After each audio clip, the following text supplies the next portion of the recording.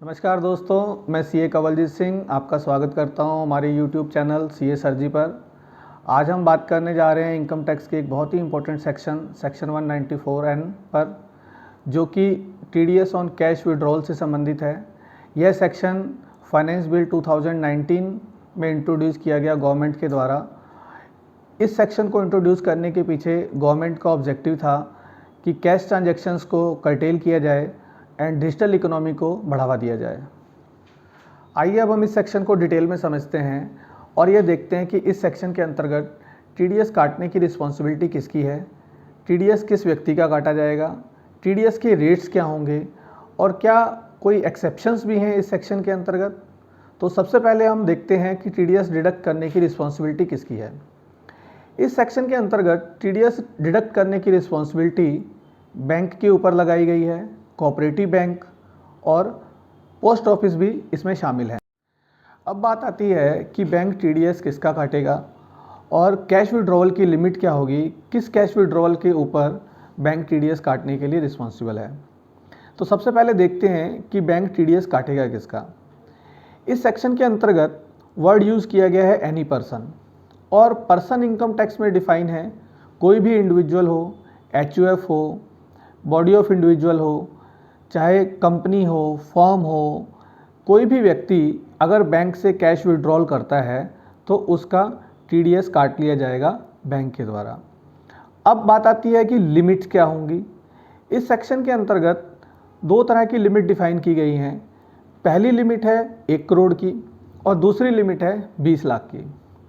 1 करोड़ की लिमिट सभी व्यक्तियों पर एप्लीकेबल होगी और 20 लाख की लिमिट्स कुछ स्पेसिफाइड व्यक्तियों पर एप्लीकेबल होगी। 1 करोड़ की लिमिट नॉर्मली सभी पर एप्लीकेबल है। सपोज आप बैंक से 1 करोड़ रुपए से अधिक का कैश विड्रॉ करते हो तो बैंक के द्वारा 1 करोड़ से ज़्यादा का जितना भी आपने कैश विड्रॉ किया है उसके ऊपर टीडीएस काट लिया जाएगा। इसके साथ ही 20 लाख की जो लिमिट है वो उन व्यक्तियों पर एप्लीकेबल है जिन्होंने अपनी लास्ट 3 ईयर की इनकम टैक्स की रिटर्न फाइल नहीं करी है। दोस्तों, यहाँ एक बात और समझने की ज़रूरत है। सपोज आपने अपनी लास्ट 3 ईयर की इनकम टैक्स की रिटर्न फाइल की है, लेकिन आपने अपने बैंक को अपडेट नहीं किया कि आपने अपनी लास्ट 3 ईयर की आईटीआर फाइल करी है, तो भी आपके बैंक को ये पता नहीं लगेगा कि आप टैक्स पेयर हो या नहीं हो। तो इसलिए आप अपने बैंक में ज़रूर अपडेट करवाइए अपनी लास्ट 3 ईयर की आईटीआर। अदरवाइज़ आप जो भी कैश विड्रॉल करेंगे 20 लाख से ऊपर, बैंक उसके ऊपर टीडीएस डिडक्ट कर लेगा। दोस्तों, यहाँ पर एक चीज़ और ध्यान देने वाली है, यह जो लिमिट है यह बैंक वाइज एप्लीकेबल है, एग्रीगेट में एप्लीकेबल नहीं है। सपोज़ आपके पास 3 बैंक अकाउंट हैं और आपने तीनों बैंकों में से 50-50 लाख रुपए कैश विड्रॉ कर लिया। टोटल में आप देखेंगे तो आपने 1.5 करोड़ रुपए कैश विड्रॉ कर लिया एक साल में, पर इंडिविजुअली जब आप देखते हैं तो 50-50 ही लाख आपने विड्रॉ किया। इस केस में अगर आपकी इनकम टैक्स की रिटर्न फाइल हुई है और आप 1 करोड़ वाली लिमिट्स में आते हैं तो बैंक रिस्पॉन्सिबल नहीं है आपका टीडीएस काटने के लिए और आपका टीडीएस इस केस में नहीं काटा जाएगा। अब हम टीडीएस के रेट को समझते हैं। टीडीएस के रेट को समझने के लिए अब हम इस सेक्शन को 2 पार्ट में डिवाइड कर लेते हैं।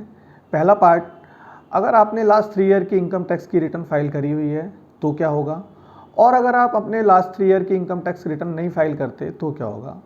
फर्स्ट पार्ट में, अगर आपने अपनी लास्ट 3 ईयर की इनकम टैक्स की रिटर्न फाइल करी है और आपने अपनी रिटर्न्स बैंक में अपडेट कर रखी है अपना स्टेटस कि आप एक टैक्स पेयर हो और आप इनकम टैक्स की रिटर्न्स रेगुलरली फाइल करते हो, उस केस में बैंक आपसे 2% का टीडीएस काटेगा आप जो भी 1 करोड़ रुपए से ऊपर का कैश विड्रॉल करेंगे।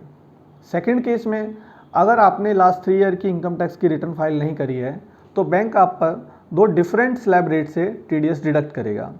फर्स्ट स्लैब है 20 लाख से 1 करोड़ रुपए का, सेकंड स्लैब है 1 करोड़ से ऊपर। 20 लाख से 1 करोड़ के बीच में आप जो भी कैश विड्रॉ करोगे बैंक उस पर 2% की दर से टीडीएस काटेगा, और 1 करोड़ से ऊपर जो भी आप कैश विड्रॉ करोगे बैंक उस पर 5% की दर से टीडीएस काटेगा। आइए अब हम इस सेक्शन को एक केस स्टडी से समझते हैं और इस केस स्टडी में हम 3 सिचुएशंस लेंगे। फर्स्ट सिचुएशन, यदि हम बैंक से 20 लाख रुपए तक का कैश विड्रॉ करते हैं। सेकेंड सिचुएशन, यदि हम बैंक से 1 करोड़ रुपए कैश विड्रॉ करते हैं। थर्ड सिचुएशन, यदि हम बैंक से 1.5 करोड़ रुपए कैश विड्रॉ करते हैं। तो इन तीनों सिचुएशंस को समझते हैं कि क्या होगा।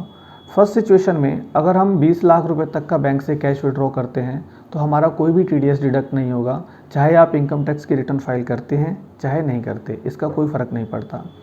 सेकंड सिचुएशन, अगर आप 1 करोड़ रुपए तक का कैश विड्रॉ करते हैं बैंक से और आप टैक्स फाइलर हैं, लास्ट 3 ईयर की आपने इनकम टैक्स की रिटर्न फाइल कर रखी है, तो आपका कोई भी TDS डिडक्ट नहीं किया जाएगा।